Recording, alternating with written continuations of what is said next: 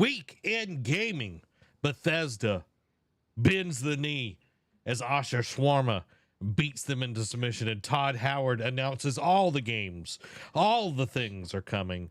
Nintendo says, that's my money, you ain't getting none, and so much more. This is the Nerd Cave News, and I am one of your hosts, Zach Dykes, joined along with my good friend and co-host, Derek to the Daniel. Derek, how you doing, my friend? Doing wonderful, my man. It's been a good week, been an interesting week. Some old demons have reared their ugly head too, coming back that we thought were long gone, that wouldn't see the light of day. But here we are. We are ending the show on a positive note by talking about some actual gaming news by Bethesda, basically announce vomiting all their future slate plans.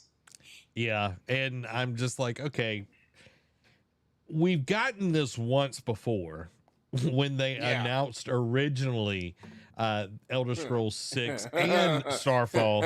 And it's like, I understand, because I feel like Xbox is trying to over communicate right now because of everything that's going on. They're trying to be very transparent by saying, hey, we know we had to do a lot of necessary but also unnecessary things for our business to survive, but also it almost feels like, Wizard of Oz, don't look at the man behind the curtain. It's like, don't pay attention, like sleight of hand, like don't pay attention to all the, the mistreatings and all this stuff going on, but games.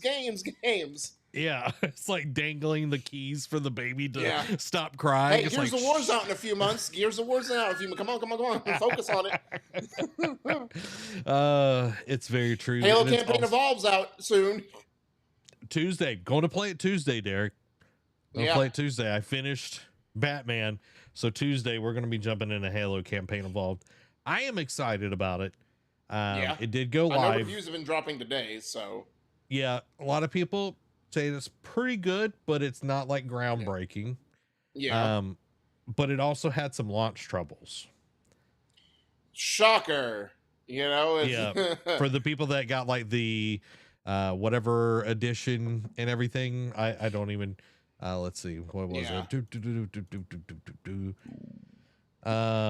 Premium owners, they were locked out at launch, so you had to pay like $20 additional to like get the game early, and they were that always goes over well. Yeah, they were getting the dreaded "you're too early" screen on the consoles and everything. So, Anna, what's up? We're talking about all the video game news that you need to know, and we're glad that you're here.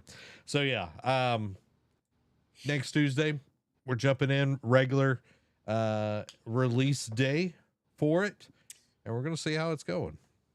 You know what else drops on Tuesday? Demon Slayer Infinity Castle Part 1, the movie, on Crunchyroll. So, Derek, that brings us to our next segment. And because, set it up perfectly.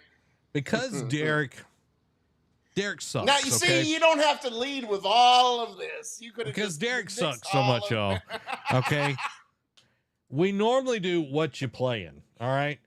You can ignore what is on the screen right now, except for Derek and I, and imagine that this is Eat Sleep Anime, because we're gonna do what you've been watching for this segment. Because one, we already know Zach has been playing Vampire Survivors, not Vampire Survivors, V Rising. Always get those two. I have played a good bit of Vampire Survivors. V Rising. I finished Lego Batman. I've not touched Death Stranding 2 in like a few weeks though. What's wrong with you? Are you okay? You have a fever? I just been like sitting on the couch watching anime and playing Death Stranding. I want to be in the game. You know what I mean? I want to be locked in. So that's what I've been playing. I finished Lego Batman on Tuesday. Really good game. 4 out of 5 stars. 4 out of 5 stars. Okay.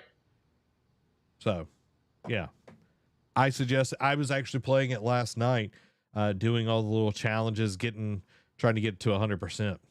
Do some cleanup. Yeah, because I really didn't do a lot in the world. I just went through the story, and I have to say, before we get into what you've been watching, I feel like they did a heck of a good job of creating a story that makes sense of the Batman lore that we've gotten over the last, God, this is crazy to think, last 40 years.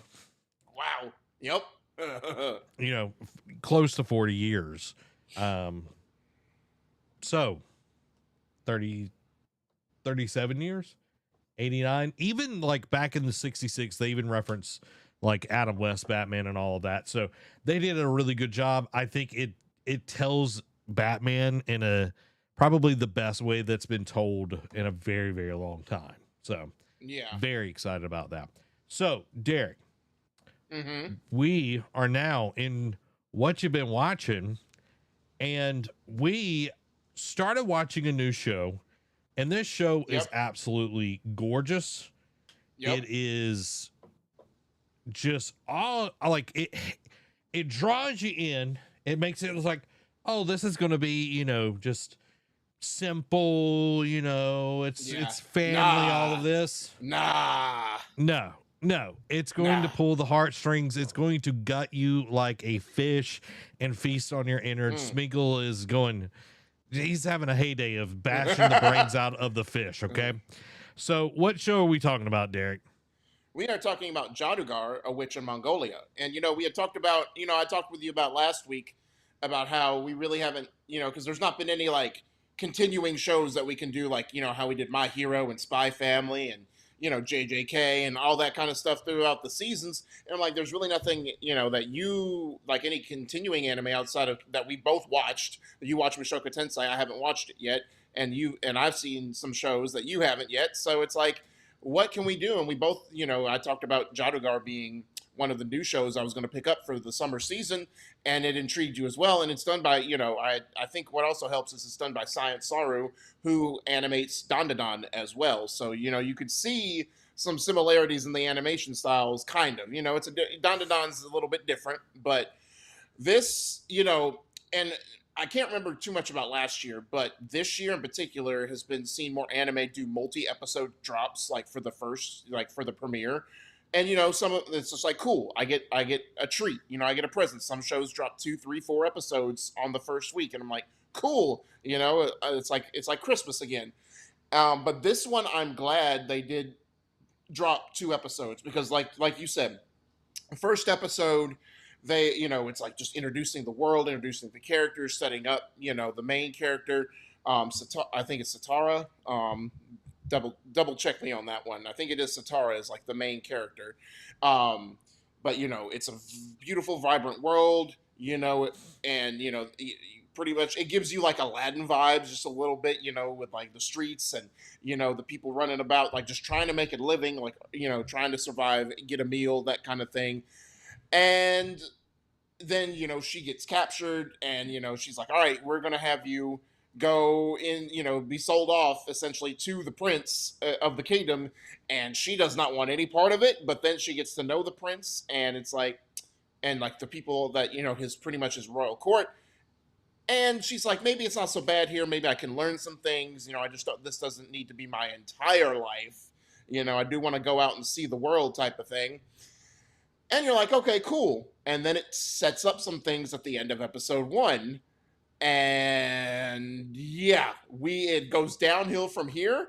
Think, and you know, when you say Mongolia, yeah, it's a Mongol invasion.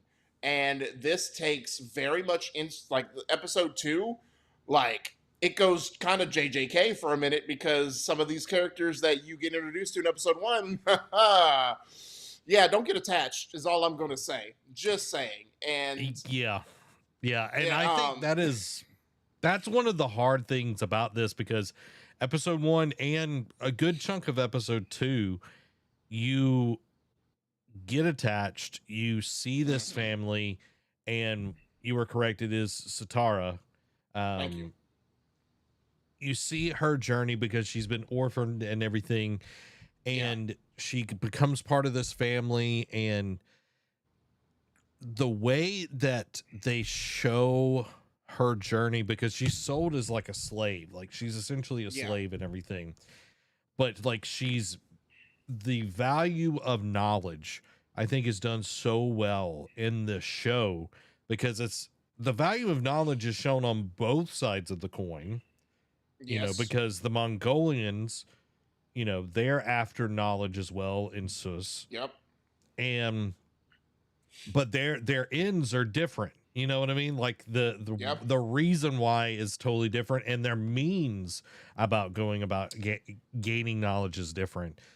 And The seeing, Mongols pretty much take a page out of General Thrawn's book when it comes to knowledge. yeah, yeah, exactly. And the way this is set up, it reminds me a lot how, even though Vinland Saga is a fictional work, it's still based around points in history that are Yep. actually things that happened. Same thing Hmm. here. We're in 1213 Yeah. AD. So we're actually getting the Mongol invasion of Hmm. Persia, and Genghis Khan's son and Genghis Khan are part of this invasion and everything. So, Yeah. but dude, let me And it's, I go was ahead. gonna say, and again, you see the brutality because I mean, think, for reference points, if you want to know how the Mongols do when they invade, just play Ghost of Tsushima.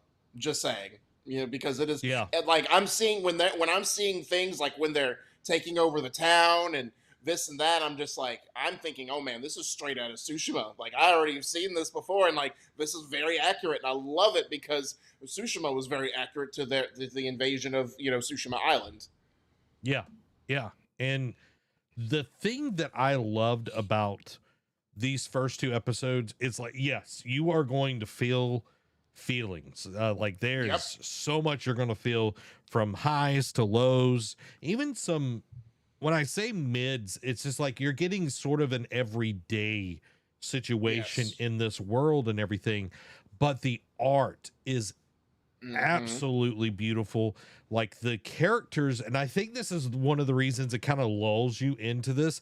All the Yeah. characters are more rounded. Like you don't really have any sharp edges to the character designs.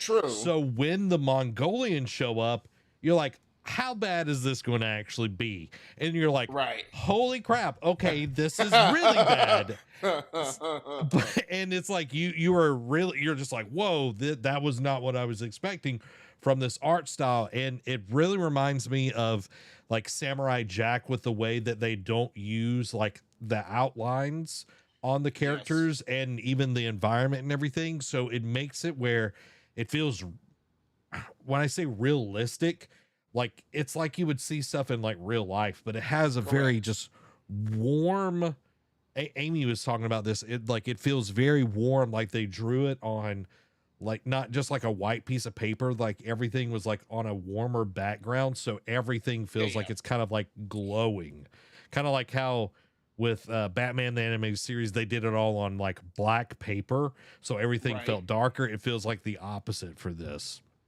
Cool. Yeah, that is very true. So, and again, episode 2 will make you, like you said, you will feel things in here, and it will make you, yeah, like you said, it feels like very warm, and that is portrayed in the first episode. Like you're thinking, okay, this is going to be, maybe different, because I mean, when you read the synopsis, and then you watch the first episode, like, okay, maybe this is not going to be as dark as it could be. And then episode 2 says, nah, nah, we're gonna get you. So, and like the tonal differences in those two episodes is very distinct, and like is very telling of how this world is going to be. The only question I have is like when it says a witch in Mongolia, it's like, okay, when they're talking about knowledge, she's expanding her knowledge. It's like, what, because the term witch can be very subjective. This is like, is she actually going to learn magic, like Freerin magic, Yeah. like witch at Atelier magic, or is it just going to be like she gains knowledge and it's like witch?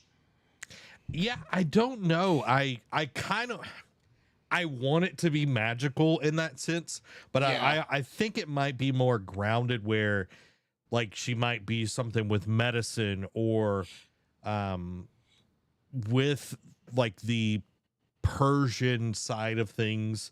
Like they were Mm, very mathematical, and that's one of the, the yeah. reasons why, it's like her understanding like these mathematical things, which would lead to a lot of the big things that we, you know, like the Pythagorean theorem literally came from the Middle East and everything. You think it's for Pythagoras, but it's not actually.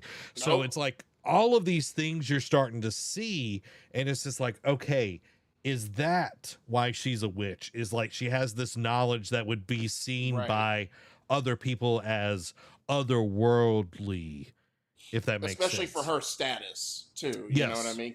Because, you know, people in her status don't get that privilege as, you know, royalty. Yeah.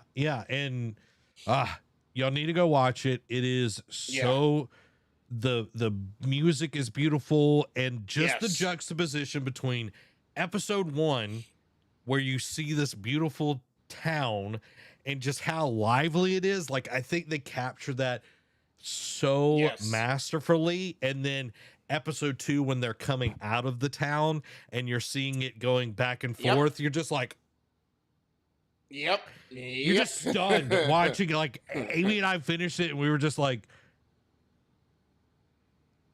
we weren't going to watch some Full Metal Alchemist after that. I was like, I need something funny. I need something to like break this up here. But yeah, how do you say it again? Is it Jadugar? Jadugar. I'm assuming. I have not heard anyone pronounce it officially, because the manga is titled just A Witch's Life in Mongol or Mongolia. So, but it's Jadugar, A Witch in Mongolia. Okay. There you go. Y'all need to go check it out. It is well worth the watch. You're going to fall in love with it, especially if you've liked other shows that have more than just fighting and, you know, that sort of deal. If you've really enjoyed what we've gotten from like Free Rent Apothecary Diaries, I think this is going to be very in that vein, and you're going to love every 100%. Second of it. So, boom. Can't wait. I'm ready for another dubbed episode of this. Hey, 2 days, it'll be there. 2 days. 2 days, it'll be there, and we'll be more depressed. Probably. We'll see. Depressed. Hopefully not. Hopefully we'll get something. What's up, Dan? Hope you're doing well, my man. That has been what we've been watching. We've got a lot of news to jump into tonight. So without further ado, let's jump into the gaming discussion this week. And first up, Nintendo ain't sharing. Nintendo draws a line in the sand against its customers. This is by Tom Phillips over at IGN. So Nintendo might be receiving a refund for the money it spent on U.S. tariffs, but it claims it's under no obligation to pass that money back to consumers, even though they paid higher prices for the Switch 2 products. Shortly before launch last year, Nintendo raised the price of the Switch 2 accessories and subsequently announced a price rise for the original Switch. A year later, and the U.S. Supreme Court has now deemed those tariffs were illegal, with refunds promised to businesses who paid them from a collective $160 billion with a B tariff refund. But what about the consumers who paid more in response to the tariffs? A proposed class action lawsuit is brewing, calling for Nintendo to share its refund with Switch purchases. But the company itself has said it has no reason to do so. As reported by GameFile, Nintendo has asked for the proposed legal action to be dismissed, as customers, quote, received exactly what they bargained and paid for. In other words, it was the customer's decision to buy a product at the stated price at the time, regardless of the reasons why that price may have been higher due to tariffs. Quote, the common thread among plaintiffs' claims is that it is somehow unfair, Nintendo wrote, that Nintendo has not retroactively adjusted its prices for completed sales in response to the outcome of the tariff litigation. But that is not how commercial transactions work. Nintendo or one of its retailers set a price for each product, and consumers decided whether that price was worth paying. Those who bought Nintendo's products received exactly what they bargained and paid for, a console game and or accessory at a price to which both parties agreed. The money plaintiffs paid represents the purchase price of the goods they wanted and received. Plaintiffs are not entitled to a rebate simply because of intervening legal developments related to tariffs. Nintendo goes on to argue that it raised the cost of Switch accessories and consoles due to a myriad of reasons, not just tariffs, including the cost of memory, labor, and shipping. It also absorbed all of the impact of tariffs on the Switch 2, which remains at its launch price today, though that will very shortly be going up in cost. Quote, unlike many of its market peers, Nintendo did not simply increase each product's price by the amount of tariffs it paid on that product or impose an across the board tariff surcharge. Instead, Nintendo imposed modest and selective price adjustments, and it chose to bear the cost of tariffs on some of its most popular products of 2025, including the flagship console Nintendo Switch 2. If a consumer did not want to pay the advertised price, they were free to abstain from purchasing the product or seek out competing products. Nintendo concluded not that not that Xbox or PlayStation have been immune to price rises either.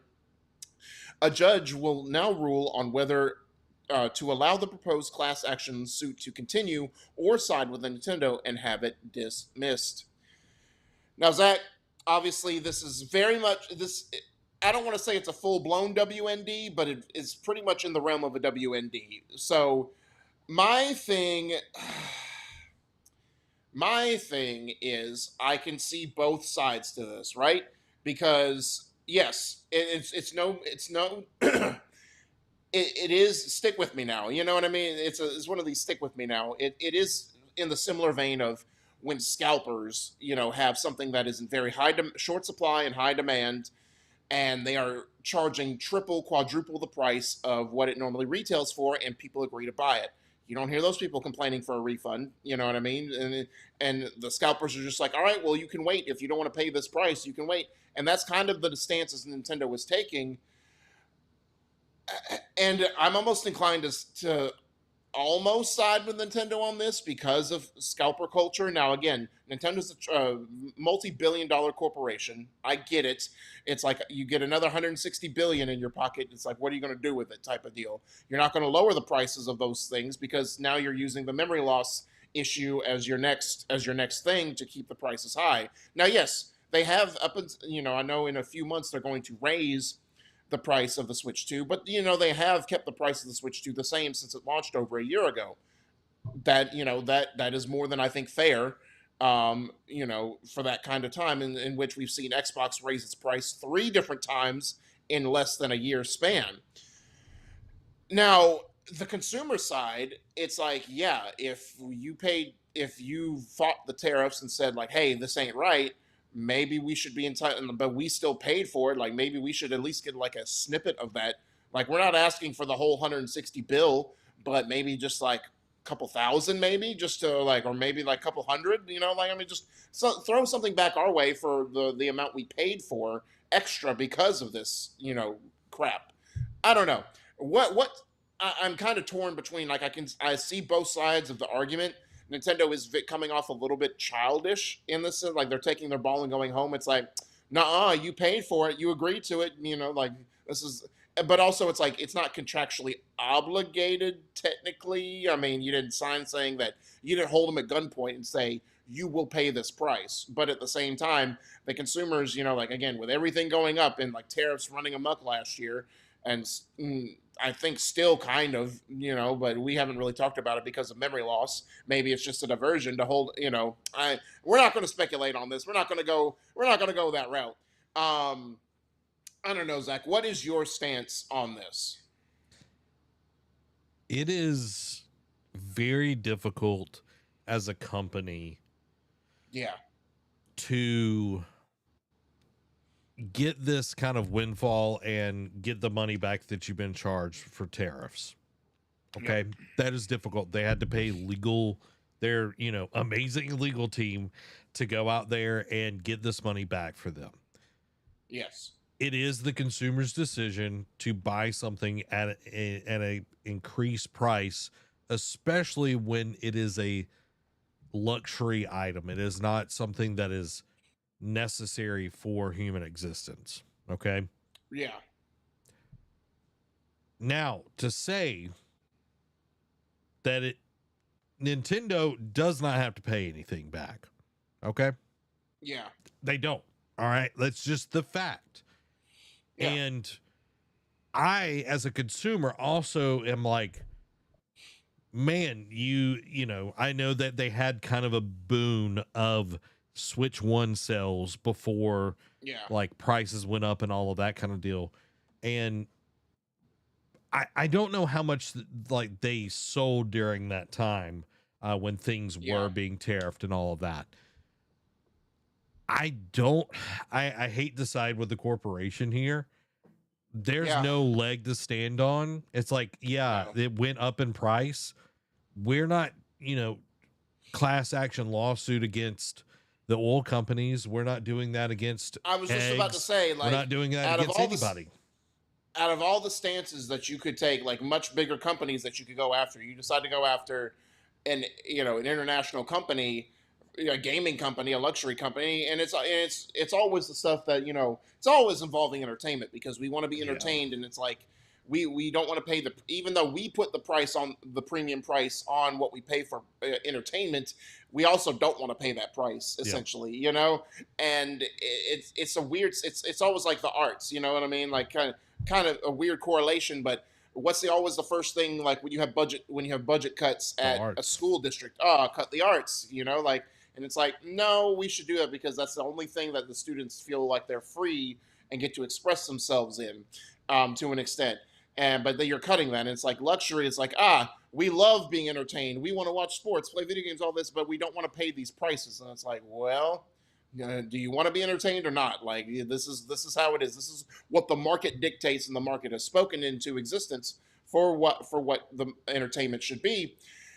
But again, like you said, like oil companies, when eggs were egregiously overpriced, and it's like no one took a stance and said, all right, can we get refunds on those now? Like, can we get refunds when, after the war's over? Like, we had to pay egregious, like, on the like dollars on the barrel for oil. It's like, no, you don't get it. And you don't. Now, I'm not saying people don't fight it and you just don't hear about it, you know what I mean? It's just because people just have come to accept that's what they're going to have to deal with, and that's the way the world is at this point in time. Again, not going down that rabbit hole, but it's just a weird stance for this is the hill that we're going to die on. It's like, we want these tariff refunds from Nintendo that they got. And I get, like, again, caveat to the consumer side of it.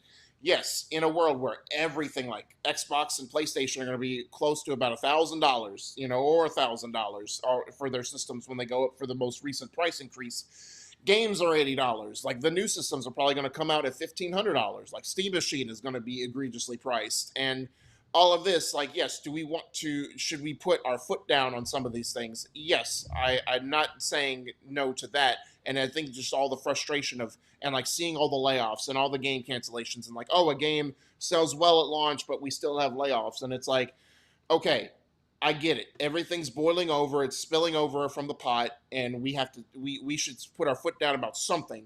But again, out of all the options you have in this industry, this is the one you take. And again, I get it. Like you said a minute ago, big corporation is getting over $1 billion back in this tariff clause, and cool. It's like, all right, you already make billions as it is. Why can't we get a share of this? I get it. It's frustrating, but again, this is the hill that you're willing to die on. Is weird. Yeah, because they could easily be like, all right, we'll give you $15 gift card on Nintendo Store. Yeah. Okay. That's never going to be good enough. $50. No. That's not good enough. $100. Not good enough. So it's like, why bend the knee? Why bend the knee to people that are complaining when I highly doubt if I'm a betting man, Derek, this judge is going to throw this class action lawsuit out. And 100%. Because it's like, if this happens to Nintendo, it's going to happen to it's going to set precedent, and then it's going to happen to so many other companies, international and national. And that is something that a judge is like, unless it's something egregious and weird, they're not going to set that precedent. And they're going to be looking at other, cases that would have happened as well. So, Nintendo, I do, again, I am pro consumer on this. This is just not the right move. There's other things that you could be voicing your opinions on. You could be boycotting or calling Xbox to have a better standard of how they decide things, layoffs industry wide. There's a lot of other things that you could be using your time. And I know that's not where you can do a class action lawsuit and everything, and you're not making any money off of it.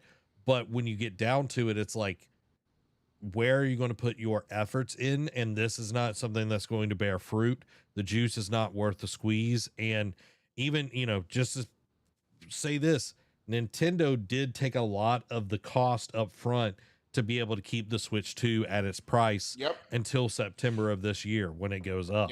So that is huge, because Nintendo knows that they have not always been in this position. Where they actually imagine them trying to do this. Imagine trying to do that with the Wii U. No, it would just not happen. It would not happen at all. Would not happen at all. Speaking of not happening at all, I hope that we would never have to talk about this dude again. But Ryan Cohen is back, y'all. He rears his ugly head like the Hydra that he is. If you don't remember this, Ryan Cohen is our favorite. It's half cash, half stock. Soundbite. Our favorite soundbite of the show. He is back, and he is talking about PlayStation going digital and the future of GameStop regarding digital games. And we're going to be talking about that. And this is by Virginia Glaze over at IGN. So GameStop CEO Ryan Cohen has sparked a fiery debate in the gaming community after remarking that sales of physical games are, quote, totally irrelevant to his business. In response, he argued that the bulk of GameStop's income hinges on sales of collectibles rather than gaming software, insisting that the games themselves are chump change compared to the figures, merch, and trading cards GameStop is currently focused on putting in stores. Quote, it doesn't matter at all, he told the outlet. Software, it mattered in the past. Software today makes up less than 12% of the business, and collectibles makes up over half of the business. So it's totally irrelevant. None of those things come at the expense of growth. It's actually the opposite. The more efficient you get, the easier it is to grow. It makes too much sense. That's why I want to buy. It. It's not that complicated. Well, and again, you would think after giving I'm not even going to say arguably, because there is no arguing this, giving the worst interview of this year and the most unprepared interview of this year, you would think no one would interview this, this chucklehead, and he would just kind of go quiet and just like not say anything. Nope, he's back, and not better than ever. Probably worse than ever. And it's strange. Like, yeah, maybe it makes up 12% of his business, but there's also, spoiling one of the quick hits, it's like there's an analyst who says that, secondhand gaming revenue generates over $7 billion with a B dollars in the US. And it's like, wow. Cool. Like, maybe that's why he wants to buy eBay. And we didn't talk, I wanted to put it in there, but there was a more compelling story that broke today that we wanted to put in there. But, he's already bought up 10% of stock in eBay, and he wants to, he's aggressively going after, is like saying, I want you. And it's like, that's a little creeper vibes, but whatever. Do you, I guess. But him saying this, like, at a glance, right, a shot across the bow, I get it, because, over the last, let's say, even 5 years since I've been gone, they have slowly moved to collectibles, because they know that they knew well before, like with the PS4, and Xbox One era, that games are going, like, more and more people are buying digital. So, they knew that they weren't going to be getting as many physical games circulating into their stores for buybacks and trade-ins and all that kind of stuff. So I get it, and they had to pivot and do collectibles. However, there's two things with this. One, your name is GameStop, not Collectible Stop, not T-shirts, not trading card stop, GameStop. So it is very tone deaf to the people that have supported this, still some loyal fans that have supported you coming to buy games, to say, yeah, totally irrelevant. I don't care about if they're cutting disc. Yeah, whatever. I mean, and I'm still old enough to remember when Xbox, before the PS4 and Xbox One came out, and Xbox was doing, Don Matrick came out and said, yeah, it's going to be always online, blah blah blah. You always have connected. You can't share games. Like, it's very weird. It's going to be a very overbearing process to share games with your friends and all that kind of stuff. And I was, I don't know what the plan would have been, but there was scuttlebutt when I worked for the company, that they were going to move, that they were going to figure out how to do digital licensings, like how to do like sharing digital licensings, or like do them secondhand. And I was like, but then Xbox changed their stance and they didn't have to do that. But it would have been interesting to see how they would have accomplished that in that time period. But also, he says it's focused on collectibles. Now, I know they do the trading cards. They buy back, they do the grading for like Pokemon cards, all that kind of stuff. I know that's generated a good chunk of business for them.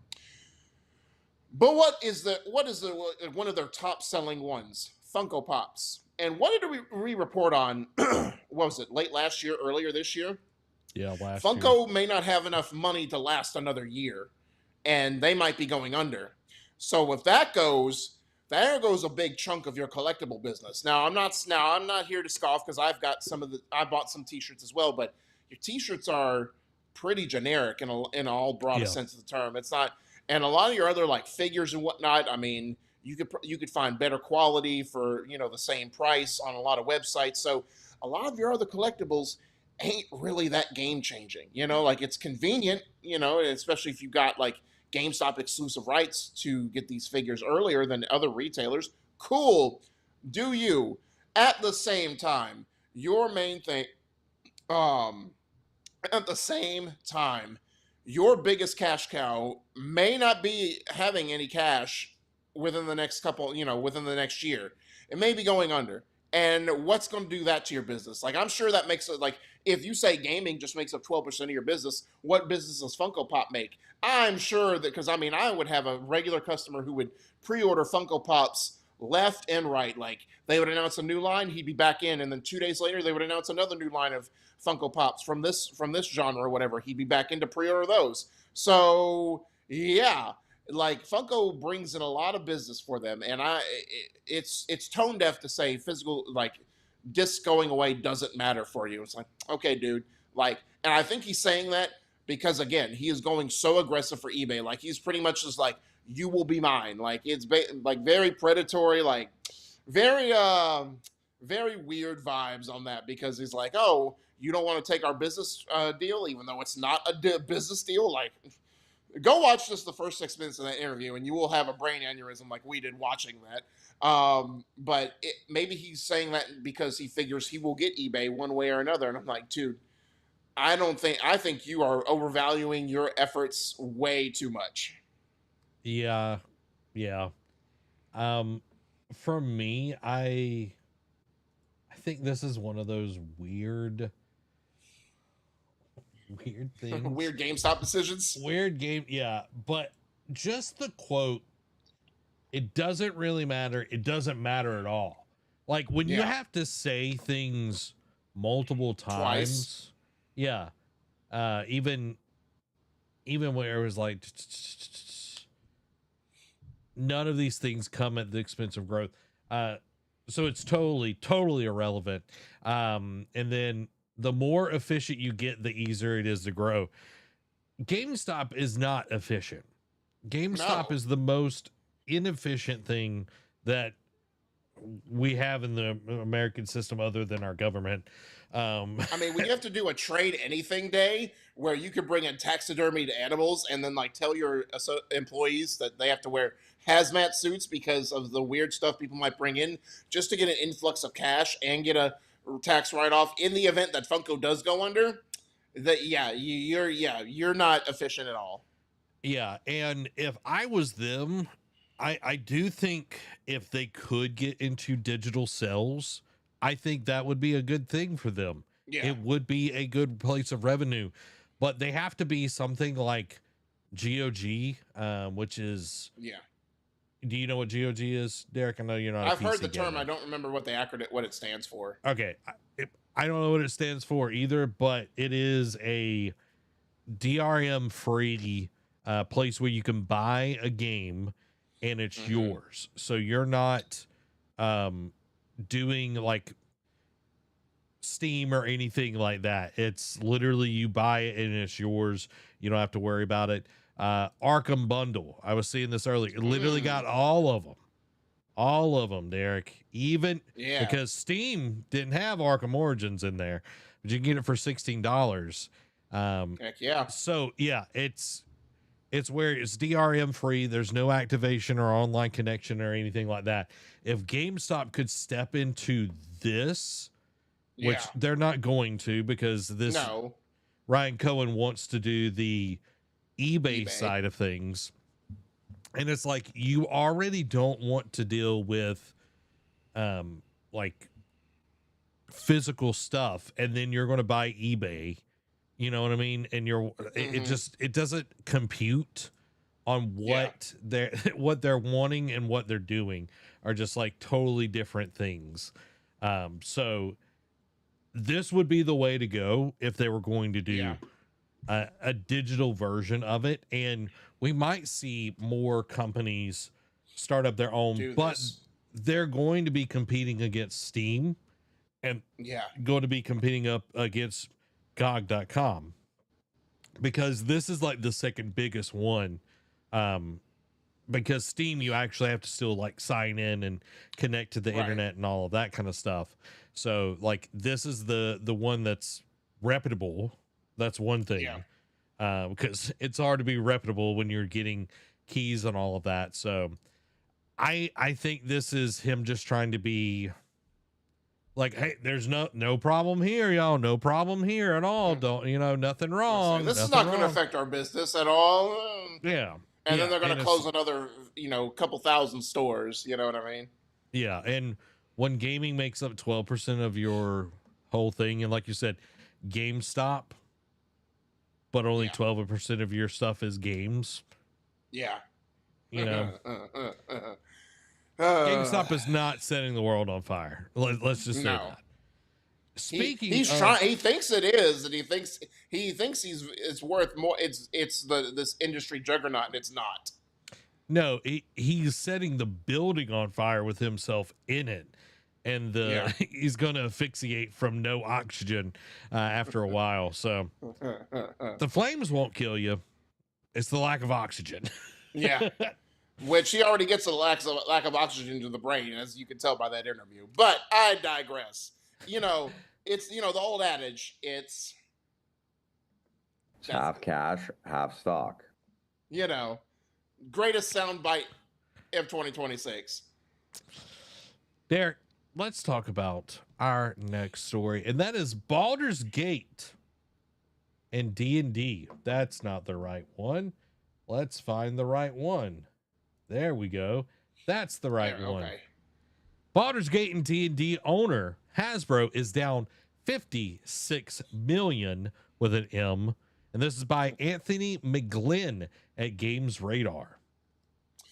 We're all aware by now that Baldur's Gate 3 was a huge success by every metric available. Sadly, it's a standout amid a strategy that's not bringing in many other returns for Hasbro, the company overseeing Dungeons & Dragons and Wizards of the Coast, which is now reporting substantial losses. The latest earnings report from Hasbro lists an impairment of $56 million on a, quote, refocused digital games portfolio for 2028 and beyond. That's a lot of money to watch go down the sink. This comes as the company cancels yet more unspecified games. Just a few years ago in 2022, Hasbro was all about investing in games, helping to hoist up studios and spreading its many lucrative licenses. It spun up G.I. Joe-related projects in addition to other releases drawing on the Forgotten Realms, as well as original works such as Exodus, the sci-fi RPG headed up by former BioWare devs at new studio Archetype Entertainment. There are others too, and while it's a diverse and promising slate, it also involves keeping a lot of teams afloat while hoping their releases eventually bear fruit. And if big public companies hate anything, it's waiting for things. Hasbro now says that, quote, several entries on its release calendar through 2028 have been canceled. No details are forthcoming on what games have gotten the axe, but prior knowledge provides a few clues. Invoke Studios' Warlock, an action-adventure game set in Forgotten Worlds, is set for release in 2027, as is Exodus. a horror-based game from the studio Skeleton Key also appears to still be happening. And this is, this was an interesting one that, kind of broke today. That, again, Baldur's Gate, mega popular game when it came out. This was like one of the first popular games post-COVID, you know what I mean? Or like post-major COVID, at least, And it won Game of the Year. Like, they had their people out there in suits of armor, like just, like doing their thing. But you know what? When you win Game of the Year, you can get away with stuff like that. So it is very sad and disheartening. Again, like when you decide to go down a path in investing in gaming and making making your properties, especially ones that haven't been as popular like GI Joe in recent memory, and trying to make that relevant again. It's great. Like it's very nostalgic in certain parts. Like Dungeons and Dragons is still a very popular. Like it made a resurgence over the last half decade, and people are playing it more now more than ever, I feel like, or at least more outspoken about playing it. And again, Wizards of the Coast, Magic the Gathering, both as the card game and as a video game, very popular. Like people like play it nonstop. I remember Magic the Gathering when I was in high school, being very popular amongst people. And so it is disheartening to know that they're about to flush, that they are losing $56 million, even though they've had a Game of the Year award winner. Now, again, more details will come out. Jason Schreier, get on it. You know what I mean? Just get on everything business related for the games industry. I know some more stuff will come out about what happened. I wonder if they also have 14 layers of management that they had to go through to get things, funded. But who knows? But it is disheartening to know that they are losing this money and they have to cancel more unannounced games. And I don't know. I kind of remember Exodus. I don't fully remember it. But I don't know. Like, I feel like after they struck gold with Baldur's Gate 3 and they're trying to recapture it and they're not hitting that same metric, but not every game they put out is going to be Game of the Year. I mean, again, EA, okay, I kind of remember this now. Because I know it's said by ex-BioWare developers. But it just gives me like Warframe and you know what I mean? Like it's just like generic sci-fi. That's just what it feels like to me. Yeah. There's nothing here that I'm just like, oh my God, I gotta play it. Right. So I understand they struck gold with Baldur's Gate, but not every game is going to do that. And that's okay, because again, somebody I know at EA, we talked about it, I think a week or two ago, that's saying, oh, FIFA makes so much money, that's why we can do an Unravel, because it's something that won't make us a ton of money, but it's fun, creative, artsy, artsy-fartsy type of game that people will speak to a different type of audience. And we want to expand our portfolio. And that's okay. Like, not everything has to be a home run. You can hit a double and still be effective and still make money if you market it and you do the games correctly. But again, when your last hit was almost a half decade ago now, Baldur's Gate, it's been 4 years since Baldur's Gate has been out, I think. When it's been a half decade, you need to find something again. It's sort of like, and I hate to keep beating a dead horse, but again, Media Molecule hasn't really done anything. They took 10 years to do Dreams, and it came out, and it was not a dream. It was almost a nightmare, at least for Sony. And now mum's the word. Like, we haven't really seen anything from them, so it's like, okay, what are you guys going to do? So I get it. As investors, as another corporation, you need to start having some, you invest all this money into these studios and making these IPs, you need to get some ROI. However, you don't need, if they're banking on doing a Baldur's Gate every time, they're going to be sorely disappointed, and they're going to pretty much close a bunch more studios. Yeah, because it takes time to make something like Baldur's Gate. And to be clear, Larian Studios is not owned by Hasbro. They were the ones that made Baldur's Gate 3, and they've already said that they're not making Baldur's Gate 3. Baldur's Gate 4. They're working on a totally different franchise that's their own. So it's like, okay, you have to like make something else, and you're coming in with like, oh, we're going to do GI Joe and all of that. And it's like, GI Joe is like so far from the zeitgeist. Like I don't even remember. I remember we had like the movies like in the 2010s or whatever it came out. Yeah. But that didn't set the world on fire in any stretch of the imagination or anything. And you've got Exodus, and I don't even know what Forgotten Worlds is, you know. You've got all of these properties, but to spin up various things, you need to go the Disney route. And instead of having your own studios, you need to continue to get people like Larian to make your games for you. That way you aren't having all of this overhead of having to have these studios that eventually you cancel their game because it's taking too long, and then you have to lay off a bunch of people. That's not the way this needs to be. Like, people that don't know gaming do not need to be a publisher, do not need developers under them, because it is ridiculous what we are seeing in the industry, where you do have people that will spend the money to have a more artistic vision be under them while they have something that's generating more money like Call of Duty. But we also see what that gets to eventually. If the Call of Duties, if the other things aren't making money, we're looking at you, Xbox, and you get to this point where you have to cut the quote unquote fat, the arts out of your company, because you didn't know how to manage things without 14 layers of bull crap. And we're seeing Hasbro here. They don't know their butt from a hole in the ground. Hasbro, email me. I will come, I will run all your studios, and I will make things work. Okay. I say this every time when we have people that don't know how to run a gaming studio. I don't know how to make games. I have no idea, but I know what will sell. I know know how to run a business, and I know what sells to gamers. And that is the thing that a lot of these CEOs don't know, is what gaming is and what people actually buy, because you have people like Don Matrick that didn't know his butt from a hole in the ground, as my grandfather would say, and trying to do all of these things that are not going to work. And you see this with Hasbro. It's like, nobody's going to buy a GI Joe game. What you do, Derek, here's a free thing, Hasbro. Yeah. You get with Fortnite and you say, hey, Fortnite, I want to license out GI Joe, and you get people excited about GI Joe in a new way. You don't make your own freaking game. It's stupid. Yeah. Yeah. There's other ways of doing this. So that is my rant here. $56 million. That is inexcusable to lose that much money because you don't know how to manage your games portfolio. And again, Wizards of the Coast, they charge way too much freaking money for their stuff.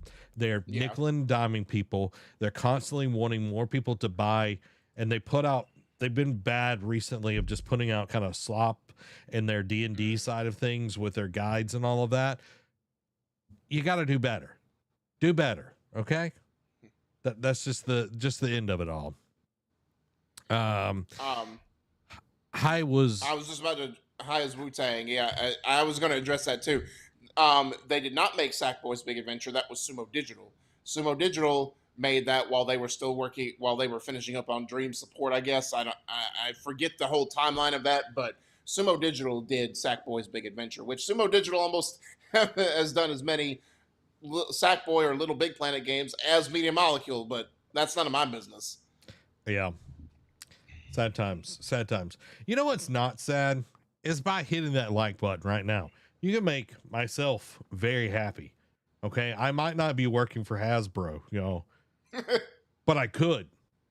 But if you hit that like button, I'm one step away from working from Hasbro and having to cut a bunch of people's jobs because my predecessor would sucked at their job. So hit that like button so I don't have to go work at Hasbro.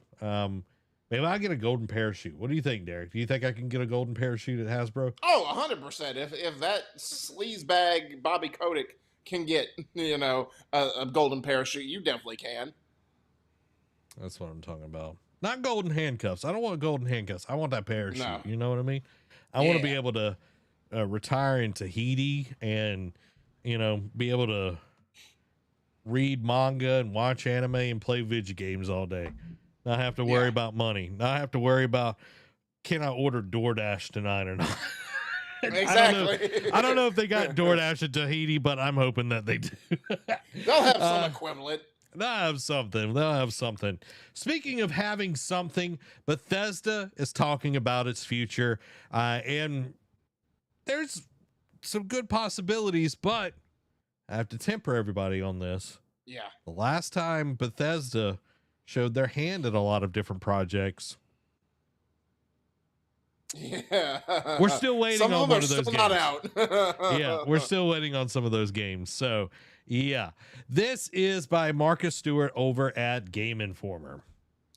So Bethesda Game Studios has penned a lengthy studio letter on the developer's project pipeline for the next several years. Among the updates are confirmation of multiple Fallout projects, including Fallout 5, and notes about The Elder Scrolls 6 and Starfield.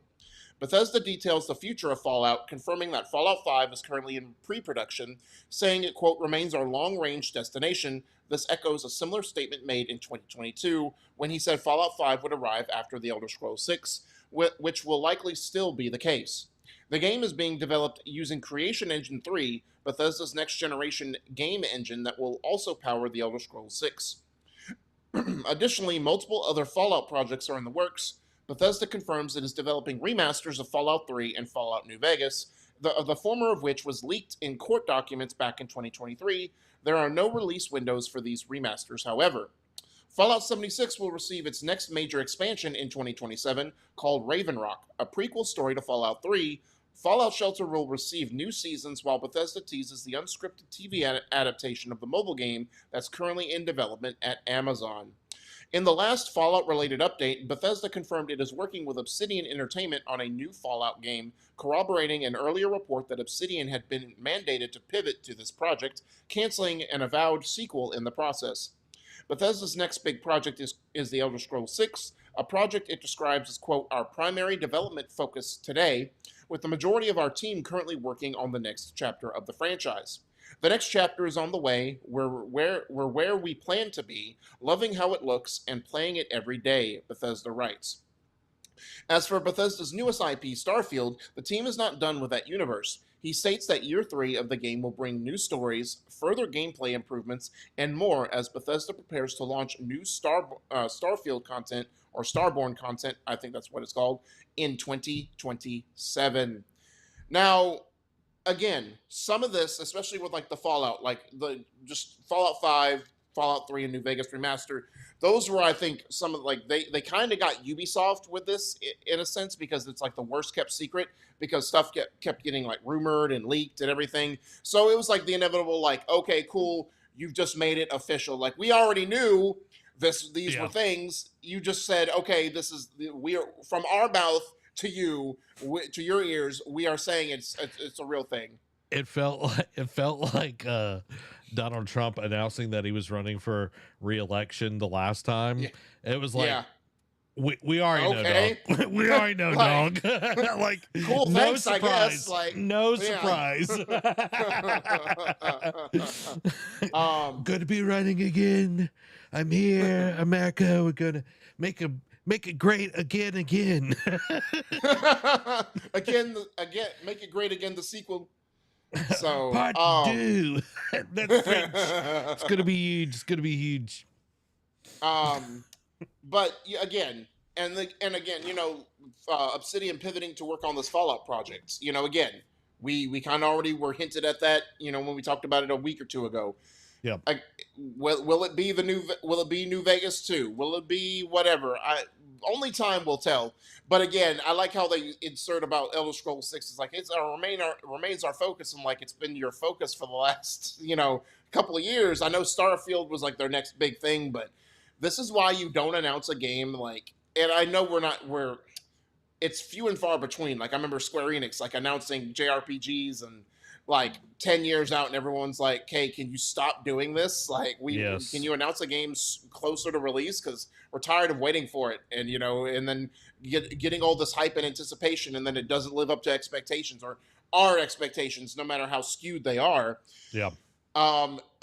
they need to get off the pot with Elder Scrolls 6. And again, we're coming up on a decade of it being released, and it's still a few years off, or of it being announced, and it's still a few years off. And it's like, cool, like, can we at least see something on it, like just concept art at least, or something? Can we get a scrap? Can we please get some scraps? But so please, I beg of you, I'm hungry. Elder Scrolls 6 has lasted longer than Destiny lasted. The wait for Elder Scrolls 6. That's a gut punch. That is a gut punch. Zach's about to start a war. Oh, wow.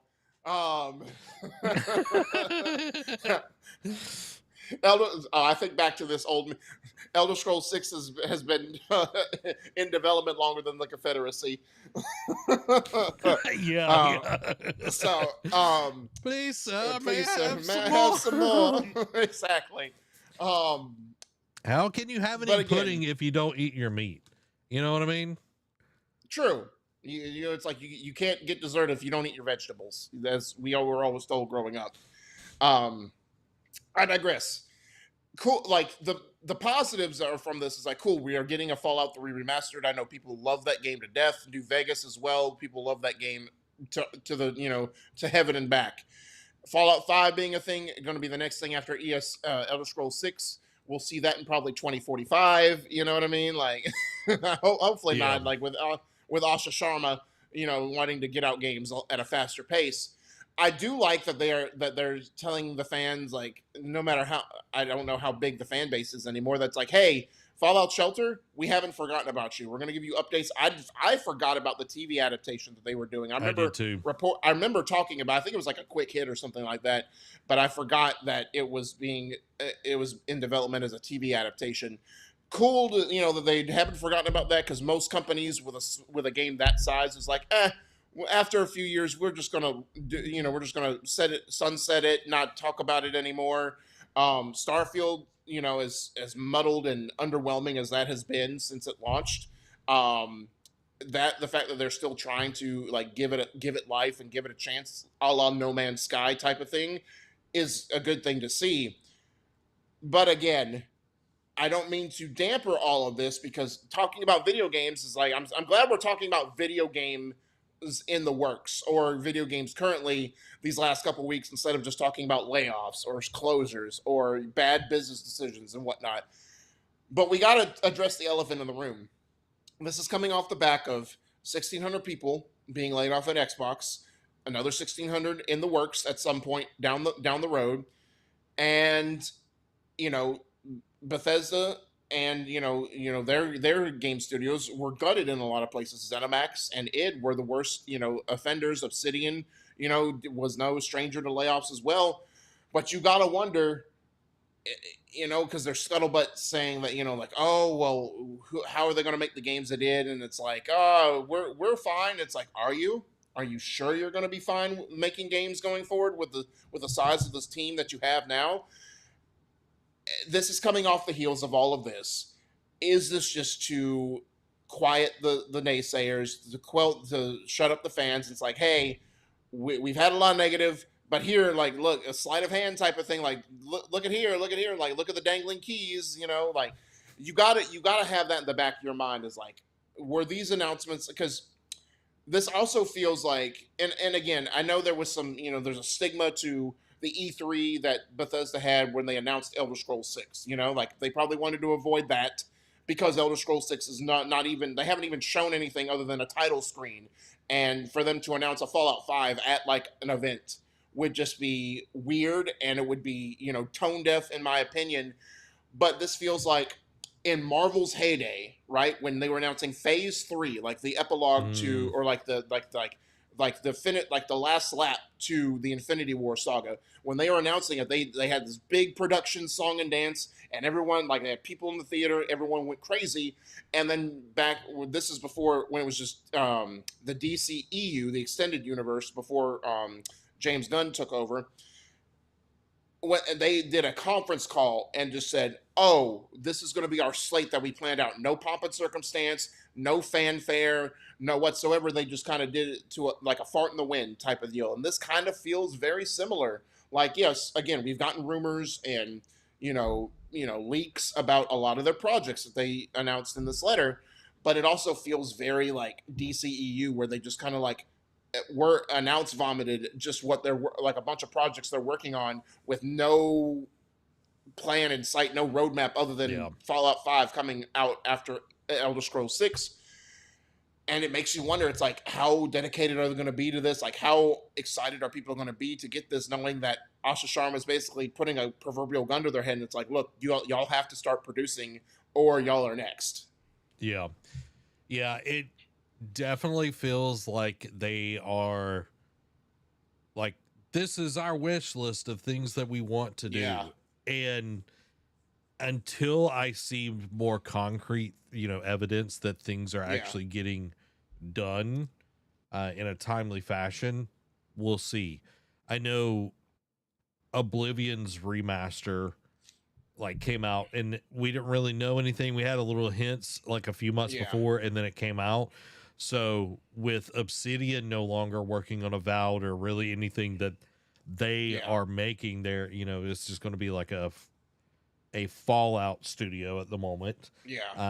I think the way that Obsidian has worked, and yes, they did have layoffs, the way that they are able to really pump out content out of their studio, I think that they will be a powerhouse. And I'm not saying this will happen, Derek.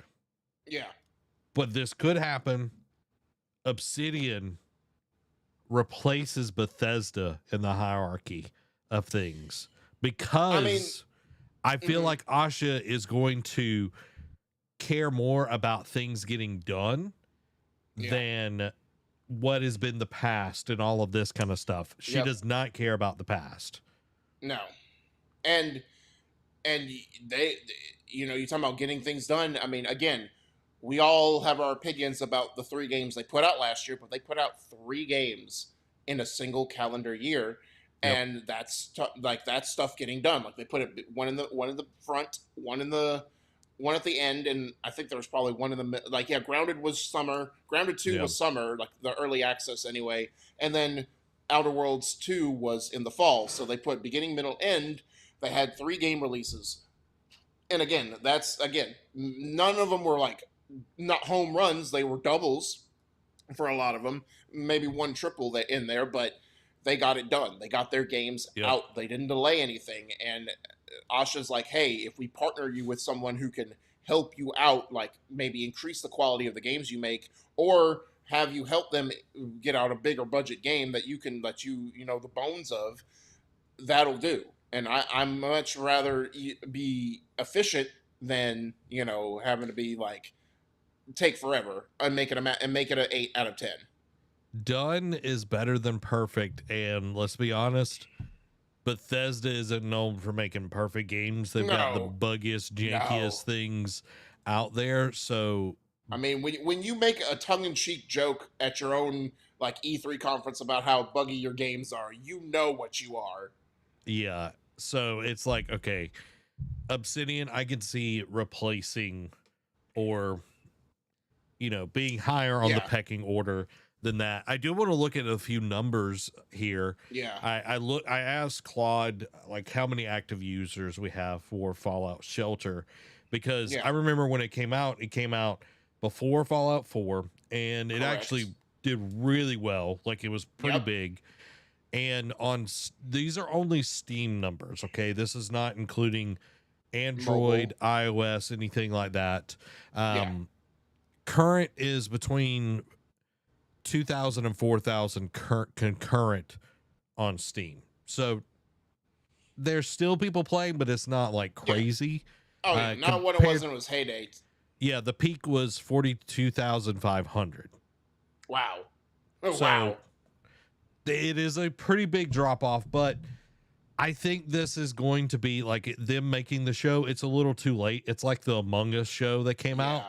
It's like you missed the time to make a show and people actually care about it. Yep. And it's like, okay, when I remember Summer Games Fest, it was like, oh, I totally forgot that they even made a show, you know, because the people came out and everything. So yeah, I think with seeing all of these things, it's like, okay, we know that these pieces are on the board, but it's like, will they be pawns, or will they actually function as the flagships that they're wanting them to be? And that is going to be the tell of what is going to happen with Bethesda ZeniMax as an overall thing. And it is nice to see that Fallout 76 is getting more content and everything, because we did talk about ZeniMax doing a little bit more support work as well for them. So I want to see where we go in a year. What is, you know, do we get a game out in a year? You know, has things been stewing long enough? You know, has Fallout 3, because we did talk about Fallout 3, I want to say a few months ago, that might be happening. And Fallout New Vegas, that might, you know, remasters might be happening. So it's like, okay, has this been, you know, Ubisoft, and we've been talking about it this long, and it's like, or is it just like, oh, this would be a good idea, and they finally greenlight it? I don't know, but I think when you get down to it, Asha, she has to do this song and dance of, okay, we've got to talk about where we're going, what we're doing, so people keep faith, so they buy things, they keep Game Pass, because now we've lost 5 studios. Why do I keep Game Pass? Okay, well, we got all these games that are coming out in the future and everything. So it's like, if you forget that you have a subscription, and then you hear, oh, well, a lot of things are leaving Netflix, it's like, oh yeah, I have Netflix. I probably should cancel that, since there's not going to be as many games or many things on there. You know, 100%. this is a way for her to kind of quell that, and also say, all right, Bethesda, you're now under my observation and under my thumb. You're not going to operate the way you used to. Like, Todd might be the Bethesda guy, but I am your Lord Commander. You know, he answers to me. Yeah, you bend the knee to me. You know, the first of my name, defender of the realm. You know, all of those things. That's what Asha is here. So, any final thoughts on this, Derek? Well, I was just going to ask you. Dan says they may be buggy, but they are still fun. I mean, true. I'm not going to deny that. But again, if it's game-breaking bugs, how enjoyable is that in actuality? True, anyway, true. I do want to pose just a tongue-in-cheek question. Do you think, what's the likelihood of us getting the Fallout 3 remaster, Fallout New Vegas remaster, and whatever Obsidian's new Fallout project is before Elder Scrolls 6? Like, do we get all 3 before we get Elder Scrolls 6? Like, I could definitely see the remasters. I can see the remasters. If Obsidian didn't lose people, I think both remasters for sure. I say at least one of the remasters, maybe Vegas as well. But yeah, I feel like we will see a lot more production from ZeniMax and from Obsidian than we do Bethesda, because I feel like they are going to fight and slow things down, because that's not the speed that they go at. This is our creative process, and it's like, dude, it hasn't worked in 20 years. You need to make some changes. And if we continue to see that, I think we see some leadership changes at Bethesda. Dan says, here's my question. Will we get them before GTA 6? No. We will not. GTA 6 is definitely locked in for November. So unless they already have the Fallout 3 remaster they've been working on for a while, like ready to go, like a surprise launch, like Oblivion did, cool. We might get at least one of them, but I doubt it. I highly doubt it. Yeah, I doubt it, because I feel like they would have already said, hey, we've got Fallout 3 coming out. Like, that would be a huge boon in this time of, all the crap that's going on. So yes. I don't think we see that. Plus, we already have the big game that is coming out in the fall, and I don't think they want to cannibalize Gears No. E-Day for Fallout 3 and everything. Yeah. One case that I will make is I've been Yeah. seeing this, Derek, and this is Star Wars Genesis. Okay, I'm just gonna Mhm. play a little gameplay here, and this is a mod for Starfield, a PC mod for Starfield Oh. that literally skins the whole game, gives you everything as it is in the Star Wars universe. Interesting. So, like, you can pick different characters, all of that kind of stuff. You can make your own characters. You go to Coruscant. I think this is more like in the Empire time and everything, but you can learn the Force. You can be a bounty hunter, all of this. And the more that I'm seeing it, and this is like the 8.3 version. Yeah. They're supporting it. And like, you have to buy the game, and then you have to buy this and everything. Right. But dude, I watched the video on it. I'm like, I might have to get this mod. Like, I might have to play this, because it does look pretty cool. Like, and the people that have played is like, this is the Star Wars game that would have been awesome if Lucasfilm never got bought. And it's like, Right. what if this is what we got at the start of Starfield instead of what we got at the start of Starfield? You know? Yeah, that's true. It just looks dope, dude. Like, I'm excited to see where more of this goes. And it's crazy that this is like out and about and hasn't been squashed by Disney. Right. That's a good point. You know, because it feels like this could have easily been, you know, squashed and ceased and desist and all that kind of stuff by For Disney. sure. You know, like, this is Dantooine Yeah. and everything right here, which we, you know, of course, seen in Knights of the Old Republic 1 and 2, and also the planet that gets blown up in episode 4, which was a Jedi temple and all of that. So, you know, we've got a temple guard here. This is temple guard right there. You know what I mean? Scratches that Star Wars itch for you. It does. And that might be the only way that I get all the way through Starfield. So, hey, well, whatever it takes, right? Technically, it's not Starfield. Star Wars Genesis. If y'all want to go check that out, go check it out. Look it up on YouTube. Y'all see more of the stuff there. Everybody, we've got a Patreon. And everybody that goes over to the Patreon, they say, Zach, this is the best money I spend all month, because it helps a 1.5 person business out, keep the lights and mics on. I want to put good into the world. And they say, I wish I could give more money. And I say, it's okay. $1 makes Derek holler. Okay. Like, if you got money to give, that's awesome. If you don't, get a free plan. All right. Yeah. It's free. We're not charging you anything for it. You know, share it with somebody that you love. Share it with somebody you love. It helps us out a ton. It helps us continue to keep stuff going, helps us buy some, you know, games here and there when we want to stream certain stuff or be able to have a conversation. So if you want to support us, go over to patreon.com/nerdcave, pick your very own Nerd Cave membership. Patreon.com/nerdcave, become part of the show, part of the crew today. Do it right now. Do it right now. So who is the half, you or Amy?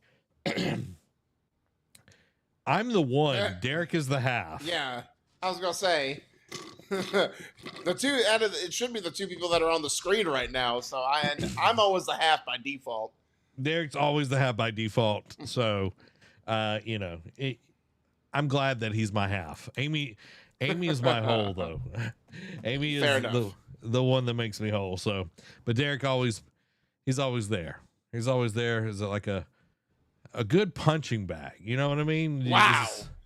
Just over there in the corner, just ready for me to just like.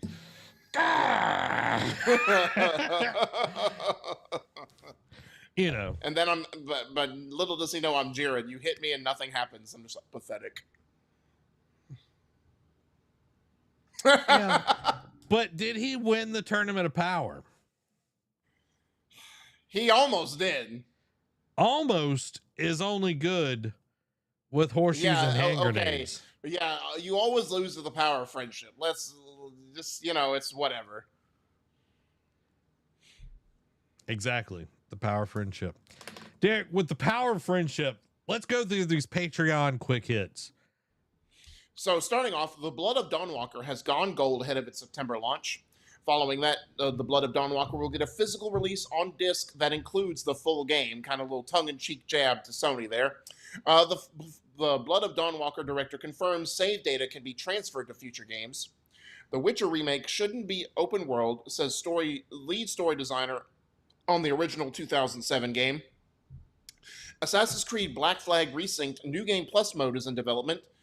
Mortal Shell's Fiscal Revered Edition has been very popular, it turns out, with supply at numerous retailers now fully reserved. Star Ocean, the second story R, gets a Switch 2 edition, but with the usual Square Enix caveats. Crimson Desert now has cross-save support. The open beta for Marvel Tokon Fighting Souls runs from tomorrow through Sunday. God of War show to recast Kratos after Ryan Hurst tears bicep while filming stunt. Pokemon Go fans react in disgust as players handpicked to attend exclusive Times Square event sell their prized Mewtwo for thousands of dollars, breaking the game's rules. Assassin's Creed Hexy reportedly set to launch in June of next year, with a new fear system being added. Warhammer 40k, Space Marine 3, and Star Wars KOTOR remake hinted at for 2028 release. GTA 6 first week of pre-orders have reportedly generated $260 million in global digital spending. The Call of Duty movie officially is set in the Modern Warfare universe. Stardew Valley is coming to Magic the Gathering on July 27th with a limited secret layer drop. Call of Duty Ambiance website lets you fall asleep to nostalgic Black Ops and Modern Warfare 2 lobbies, and I had some thoughts on that, but I'm going to keep those to myself. Steam Machine engineers at Valve signal grim future as memory crisis is still getting worse. ZA/UM announces layoffs affecting up to 32 staff 2 months after Zero Parades launched to critical acclaim, and that's the studio that also did the acclaimed Disco Elysium. Jennifer English steps away from Tides of Annihilation role due to health concerns. Mortal Kombat 2 comes to HBO Max tomorrow. Marathon game director Joseph Ziegler is leaving Bungie. The Elder Scrolls V Skyrim officially joins The Witcher 3 with 65 million units sold. Black Flag Resynced sales have hit 3 million copies worldwide. Sony patents PlayStation modular controller with touchscreen interface. DC announces new tag fighting game, leaving Injustice fans confused. Call of Duty Modern Warfare 4 beta dates have been confirmed for August 21st through the 25th for early access, and then the following week, August 28th through September 1st, will be the open beta. Cliff Bleszinski reveals a struggle with alcoholism and plots to return to video game development. id Software current and former employees disagree with Hugo Martin's comments that the studio hasn't been nerfed by layoffs. Only 7 PlayStation games managed to sell over 100,000 physical copies in the US year to date. Star Wars KOTOR remake reportedly could be re-revealed this year. Konami announces Gamescom lineup, including Castlevania Belmont's Curse and Silent Hill Townfall. The Witcher 3 Wild Hunt Songs of the Past will be revealed during Gamescom's opening night livestream. Analyst says the global secondhand video game market is valued at $7.2 billion with a B, but Sony's decision to kill PlayStation Disc threatens to destroy it. Recreation 2 announced despite studio closure and with just 9 months after the original Recreation arrived. A free Dungeon Crawler Carl Flash game is now available to play online, and it stars Princess Donut. Ex-Forza Horizon director trades a line from the failure of well-meaning Game Pass to the current Xbox layoffs. Xbox says more exclusives are coming, but tells players not to overly fixate on single-player games. EA Sports UFC 6 leads game sales for June, a month where spending fell 21% compared to last year. Insomniac interview reveals Marvel's Wolverine takes place when the X-Men don't yet exist. And lastly, Microsoft announces original Xbox game backwards compatibility on PC with new features and achievements. Derek. Yeah. As soon as I saw that, I'm like, oh, Zach's going to be on this.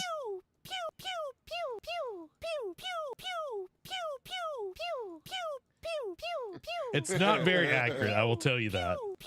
Yeah. Nobody's But also, hearing it's the a Flash sound. game. It is a Flash game. I've got to share the sound with everybody. Hi, Maeve. Oh, everybody's hearing this. Okay, never mind. Are you hearing that? The pews? Yeah. Okay, dope. New achievement. You Guys, this is so excelled in awesome. Flash games as a child. You shot little cherries on your screen. Reward? Now show off your score. 12 cherries, y'all. So if y'all want to play this, I'm going to pop this in the chat for all of my Dungeon Crawler Carl fans. This is the greatest thing ever. I will be playing this instead of our Tuesday stream of Halo. Halo.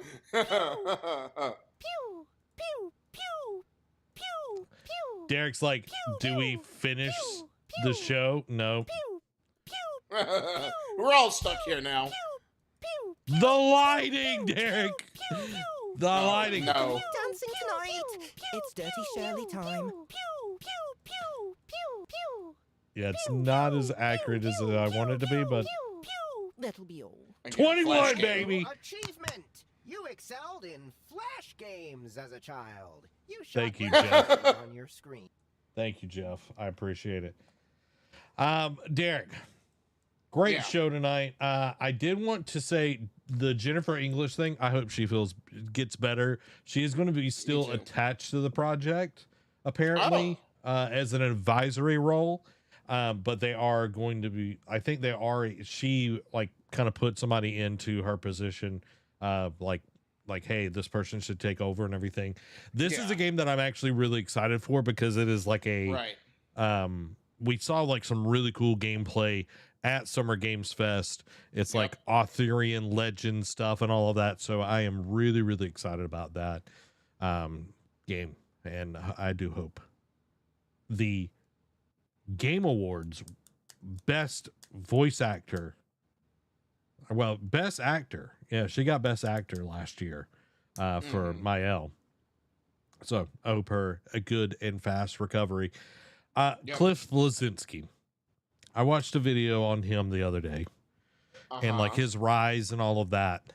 I hope he comes back and crushes it, Derek. I hope Me he comes too. back and crushes it because he gave me one of my favorite franchises of all time, which is Gears of War. And I know like we had Lawbreakers, and then there was like there was one that came out like right after that from them that was just kind of like a quick cash grab. Yeah, I forget what the name. I remember Lawbreakers. I don't remember the game that came out after that. Yeah.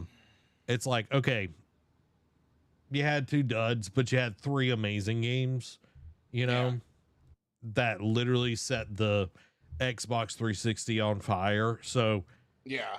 I hope he gets, you know, the help that he needs to deal with the struggles and everything, and getting back in video games. Let's do this. Let's see where we can Yeah. go. Let's see what we can do. It's going to be awesome. He'll do better than David Jaffe, that's for sure. Just saying. Just saying. Well, there we have it, everybody. That is our episode of the Nerd Cave News tonight. We hope that you enjoyed it. We'll be back on Tuesday. We're going to be playing a little game called Halo. I know you probably haven't heard of it before, but it's What an is old that? game. It's an old game. You know, a lot of people used to talk about it and everything. I did get a remaster because all the geezers wanted it and everything. So we're going to be playing Halo Campaign Evolved. It's going to be a great time. Thank y'all so much for being here and watching the show. This has been Zach. And Derek. Y'all have a blessed week. Bye-bye.